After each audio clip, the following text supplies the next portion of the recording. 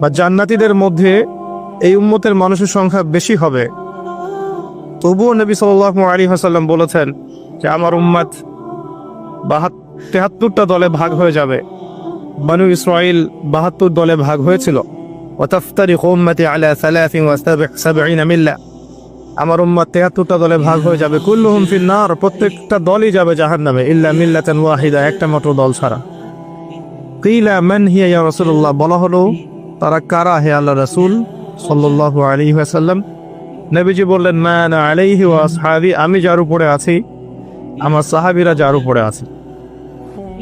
দুর্ভাগ্যজনক হচ্ছে ইসলামের নামে যত দলাদলি হয়েছে সবারই এই একটাই দলিল যে মা আনা আলাইহি ওয়া আসহাবি, আমি যার উপরে আছি, আমার সাহাবীরা যার উপরে আছে। সবাই দাবি করে, আমরা তাই করছি। কেন বেশিরভাগ মানুষ জাহান্নামে যাবে? একটা উত্তর আমরা পেলাম, চোখ দিয়েছি দেখেনি, কান দিয়েছি শোনেনি, কলব দিয়েছি উপলব্ধি করেনি।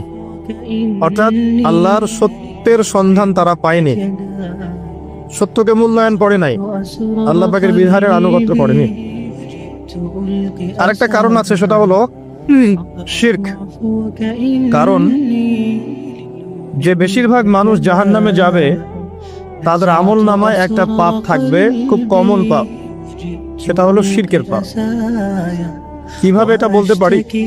এভাবে পারি যে আল্লাহ পাক সূরা নিসার মধ্যে বলেছেন ইন্নাল্লাহা লা ইয়াগফিরু আন ইউশরাকা বিহি ওয়া ইয়াগফিরু মা দুনা যালিকা লিমান ইয়াশা। আল্লাহ পাক বলছেন আমি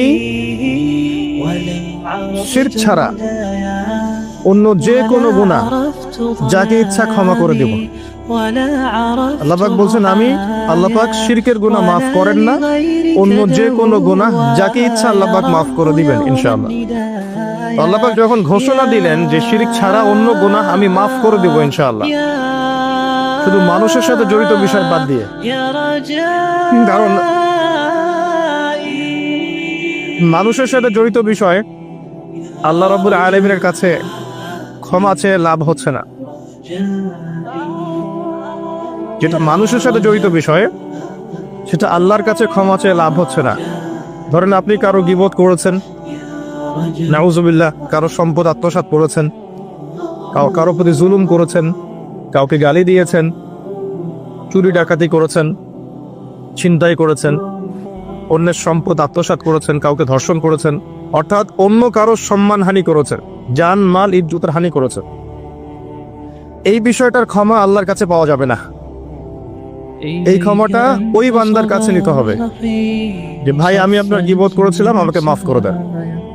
ভাই আমি আপনার সম্পদ চুরি করেছি, এই নেন, ফেরত নেন। ভাই আমি তোমার জমি আত্মসাৎ করেছি, এটা তোমার, তুমি নিয়ে নাও। ভাই আমি তোমার কাছে টাকা ধার নিয়েছিলাম, দেইনি, এই যে দিয়ে দিলাম, শোধ। প্রতিটা বিষয় যেটা মানুষের সাথে জড়িত, হাক্কুল ইবাদ, এটা আল্লাহর কাছে ক্ষমা হবে না, এটা তার কাছেই ক্ষমা নিতে হবে, এবং এটা খুব কঠিন বিষয়। এর জন্য একটা কলবুন সালিম দরকার হয়, মানে সৎ মনের দরকার হয়। আর এই সৎ মন অনেক দাড়ি টুপির ভিতরেও থাকে না। আমি কি বুঝাতে পারছি? এই মনস্তাত্ত্বিক সততা দাড়ি টুপি জুব্বা পাগড়ির ভিতরে নাও থাকতে পারে, এটা ভিতরের ব্যাপার। যার কলব যত বেশি পরিচ্ছন্ন আলোকিত, সে তত বেশি সৎ হবে ইনশাআল্লাহ। কোনো কোনো ক্ষেত্রে আমরা এমনও দেখেছি যে একজন নন মুসলিম হিন্দু সম্প্রদায়ের মানুষ, সে মাপে কম দিচ্ছে না, একজন মুসলিম দিচ্ছে। কোনো কোনো ক্ষেত্রে দেখবেন আপনাদের এলাকায় আগে হিন্দু সম্প্রদায় বেশি ছিল না? আমার জানার মতে রংপুরে এই জায়গায় তো আগে শহর ছিল, তাই না? এখন এখানে অনেক নিদর্শন আছে, খাঁটি খাবারের জন্য মানুষ তাদের কাছে আসতো, মুসলিমদের দোকানে না গিয়ে তাদের দোকানে যাচ্ছে। তাদের দুধটা হবে খাঁটি, ঘিটা হবে খাঁটি, মিষ্টি হবে খাঁটি। মুসলিমের দোকান বাদ দিয়ে তাদের কাছে যাচ্ছে মানুষ, সততা দিয়ে তারা মানুষের মন জয় করবে।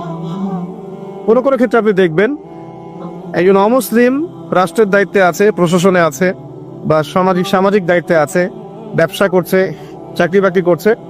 কোনো কোনো ক্ষেত্রে দেখা যায় যে তারা অনেক মুসলিমের চেয়ে বেশি সৎ।